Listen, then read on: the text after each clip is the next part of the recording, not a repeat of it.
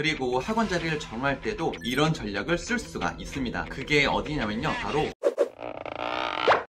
윤하, 안녕하세요, 윤팀장입니다. 제 채널 영상을 보시다 보면 댓글로 학원 입지에 대해서는 얼마나 중요하게 생각하시나요? 혹은 학원 입지에 대한 내용도 올려주시면 많이 도움되겠습니다. 이런 댓글들을 자주 볼 수 있습니다. 그만큼 원장님들도 중요하게 생각하시고 궁금하시죠? 그래서 제가 이 영상을 제작하면서 좀 찾아봤는데요. 실제로 학부모님들이 학원을 보낼 때 학원의 위치도 선택 기준 중에 큰 비중을 차지하더라고요. 정확한 수치는 제가 찾아서 고정 댓글로 남겨놓겠고요. 제일 중요한 내용은 영상 끝에 나오니까 꼭 끝까지 시청해주세요.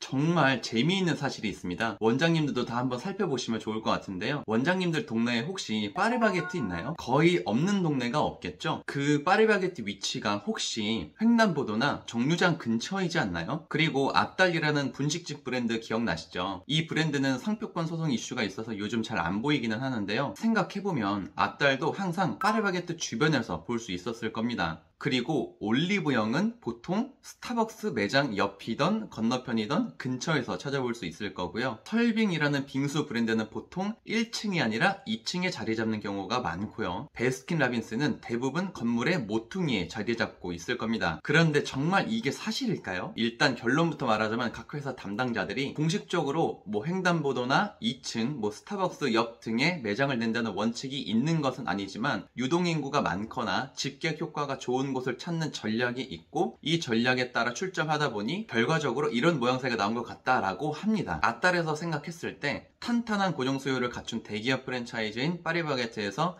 여러가지 분석을 통해 입지를 정했을 것이고 나는 경쟁업종이 아니니 바로 옆자리로 들어가야지 라고 생각하는 게 어찌 보면 당연하고도 쉬운 전략인 것 같습니다. 그리고 학원 자리를 정할 때도 이런 전략을 쓸 수가 있습니다. 그게 어디냐면요, 바로 태권도장입니다.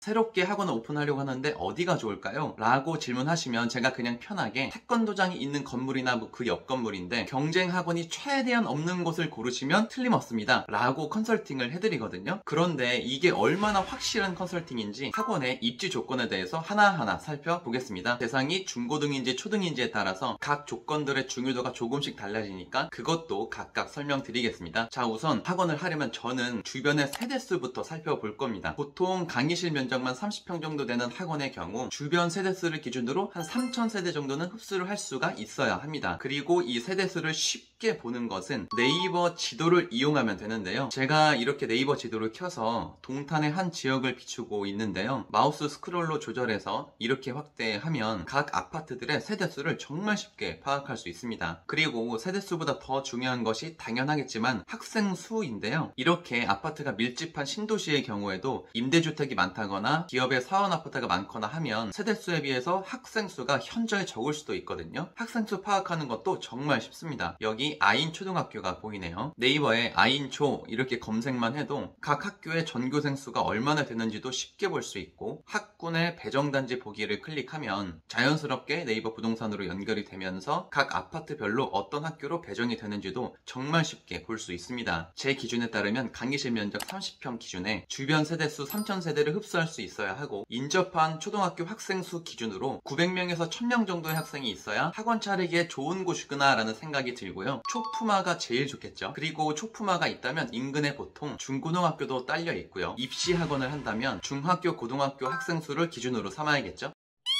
자, 그 다음으로 봐야 할 것이 접근성입니다. 접근성은 보시는 것처럼 특정 지역이나 시설로 접근할 수 있는 가능성, 거리나 통행시간, 매력도 등으로 결정된다고 하는데요. 이 접근성에서는 대상 학생들의 학년이나 나이 이런 것들에 따라 중요도가 조금씩 달라집니다. 자, 일단 원장님이 학원 차량 운행을 하실 거라면 이 접근성은 일단 최상입니다. 학년이 고학년이건 저학년이건 간에 집 앞에서 학원 앞까지 태워다 준다면 학부모님 입장에서는 덜 나위 없이 접근성이 좋다고 생각하실 겁니다. 차량 운행만 한다면 거리는 문제가 아닌 거죠. 그런데 차량 운행을 하는 학원들이 얼마나 될까요? 1인 학원, 교습소, 공부방 원장님들은 차량 운행을 한다는 것이 사실상 불가능하죠. 그래서 저학년일수록 학원의 위치는 학생들의 집에서 무조건 가까워야 합니다. 상식적으로 유아나 초등부 저학년인 경우에 어머님이 태워다 주지 않는 이상 30분을 걸어가고 자전거를 타고 버스를 타고 전철을 타고 학원에 다닐까요? 어렵겠죠. 그래서 저학년일수록 거리 거리가 가까운 것이 유리합니다. 만약에 유아나 초등 저학년을 대상으로 하는 교습소, 공부방, 학원인 경우에 심지어 바로 옆 단지 아파트 상가라도 큰 길을 건너야 한다면 그것도 싫어하시는 어머님들이 정말 많으세요. 이런 건 인접하긴 하지만 접근성은 좋지 않은 거죠. 그런데 중고등부로 가면 생각 외로요. 20분, 30분 버스를 타더라도 학원을 다니거든요. 저는 예전에 학창시절에 산본 신도시에 살았었는데요. 저도 그랬지만 평촌 학원가까지 버스 타고 학원 다니는 친구들이 상당히 많았습니다. 저만 그런 게 아니겠죠. 그래서 중고등부로 갈수록 솔직히 거리는 멀어도 되지만 어찌되었건 대중교통이 잘 되어 있어서 접근성이 좋아야 합니다. 그리고 그런 곳들을 소위 말하는 학원가가 형성이 되는 것이고요. 대치동, 목동, 평촌 학원가 이런 곳들이 대표적으로 그런 곳들이죠.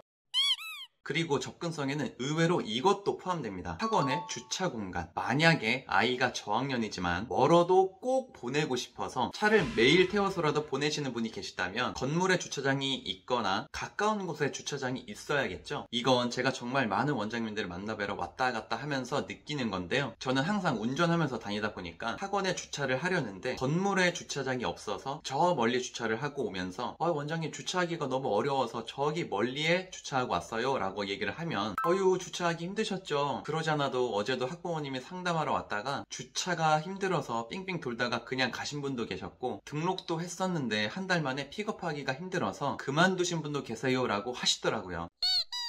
그리고 저는 이것까지 보는데요. 그 학원 입지 주변의 아파트 가격도 좀 살펴봅니다. 잠재 고객의 구매력과 내 학원의 포지션을 보는 건데요. 앞서서 본 것처럼 주변에 세대수도 많고 학생수도 많고 접근성도 좋은 상권일 때 이쪽에 있는 상가를 둘러싸고 있는 게 임대아파트나 소형평수 저가 아파트고 이쪽 상가를 둘러싸고 있는 게 대형평수 고가 아파트라면 내 학원의 포지션에 따라서 둘 중에 선택을 할 겁니다. 내 학원이 고가의 프리미엄 전략을 쓸 것이냐 적당한 가격의 가성비 전략을 쓸 것이냐 이런 것에 따라 달라지겠죠. 마침 지난번 올린 영상이 수강료 책정을 어떻게 하는지에 대한 영상이었으니까요. 필요하시면 여기에 보이는 영상을 누르시면 보실 수가 있을 거고요.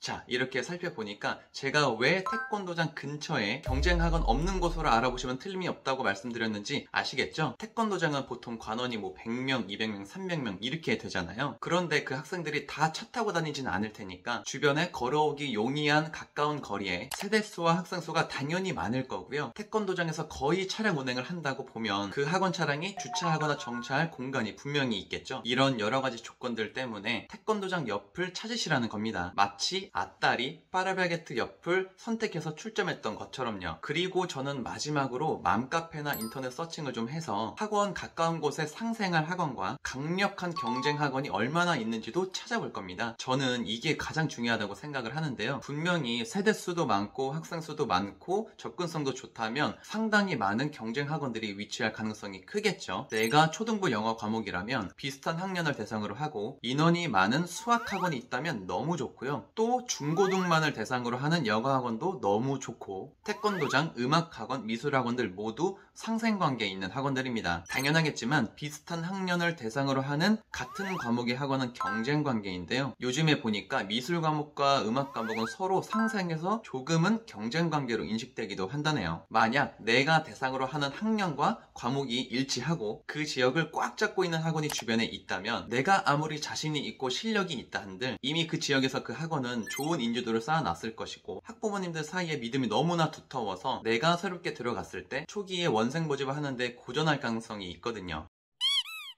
제가 학원 입지 선정에 대해서 좀 시원하게 해결해 드리고 싶어서 영상을 제작을 했는데 오히려 원장님들께 숙제를 안겨드린 느낌도 좀 듭니다. 그래도 도움이 좀 되셨으면 좋겠고요. 저는 또 좋은 내용으로 찾아뵙겠습니다. 그럼 다음 영상에서 만나요. 안녕.